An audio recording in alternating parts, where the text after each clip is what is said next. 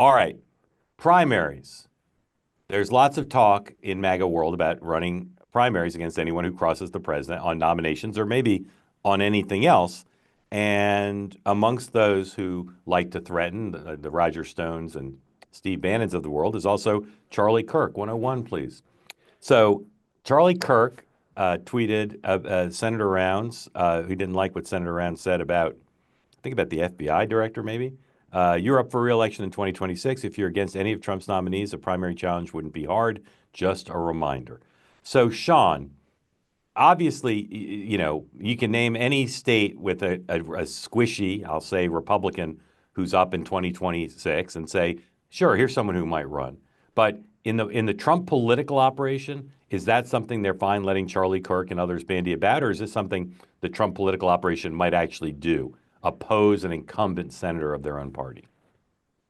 Oh, I think that if he were to, I think yes, they would. And what I think is fascinating about what's going on now, and I thought about this after I saw the Charlie Kirk tweet, is if you look, we've talked about how unconventional some of the tactics have been, with Pete in particular. The idea that like think about what the Heritage Foundation is doing with the ads, what Charlie Kirk and Turning Point are doing, keeping Republicans in line. You've basically, we gave a lot of credit in the last couple of days to quote Pete's team. I think a lot of the credit has to go to the outside groups though. Charlie and they're coordinated by Pete's team though. Well, some degree. They're not turtles on fence posts. No, but I don't think Charlie Kirk is looking for people to give him permission to do anything. True. And I think part of this comes down to, maybe, and even Heritage, I don't think they're asking for permission. They assume it's the right thing to do and they're doing it. I would not give too much credit to Pete's team on this. I think Pete's doing a good job, but I think the outside groups are not asking. If Charlie Kirk doesn't ask for permission. And I do think. Or forgiveness.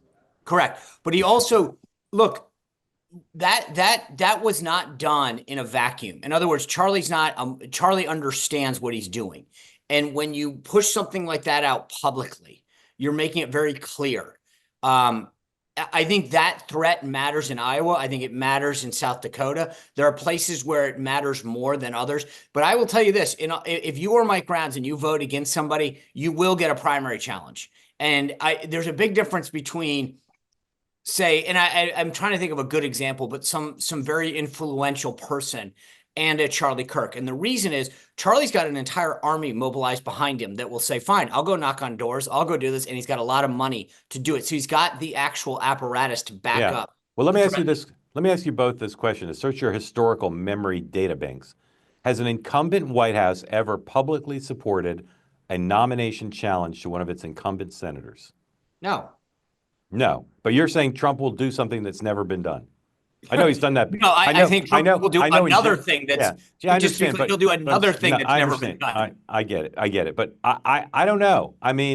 If you're John Thune, laconic, Western, some say weak. Just to be clear, like you say the White House, you're destabilizing the conference by having my members be worried about primary challenges. All right, time out.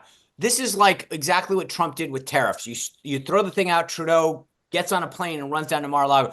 Joni, last week, everybody was worried about Joni. I didn't ask you if he hightails it back. I didn't ask you if he'd threaten it. I asked you if he'd do it.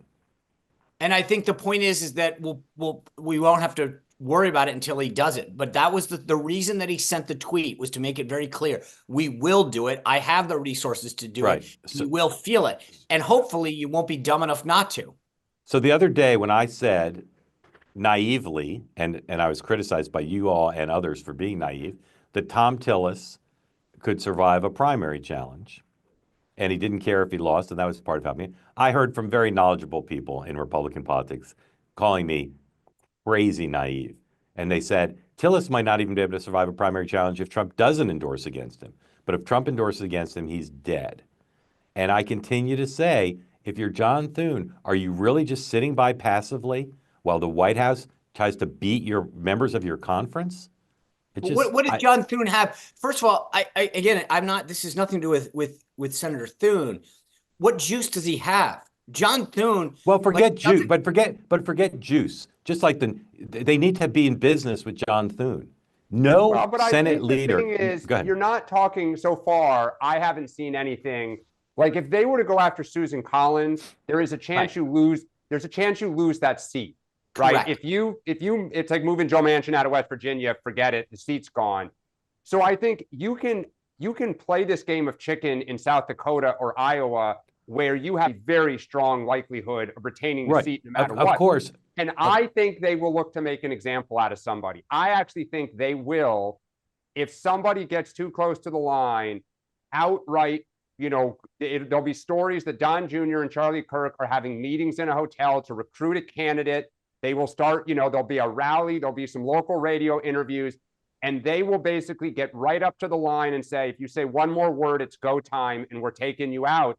And your scalp is on our mantle now. All I'm saying is no majority leader or minority leader, or no, and it's got no leader of either party whose party controls the White House can sit back and not take a ton of heat if they're not trying to convince the White House stop primarying members of the conference. But Mark, but I think what they're going to say is stop holding up our nominees. Right. Right, John, you need to get them on board. And I think the problem for Thune is Thune's base is the moderate K Street wing of the party. Thune's base is not the MAGA side of the party, which is so he's jammed. And I think that they will turn it on Thune. Thune has nobody. I mean, I don't know in the conference if there are people who will say he'll be gone in 2 years. Let him swim around and try to do that. Like, I don't know how much love there is for John Thune. Listen, thank you to the Democrat for explaining this, because that's spot on. I mean, that literally was. I mean, if the phone call goes like this, ring, ring. Hey, John, it's Donald Trump.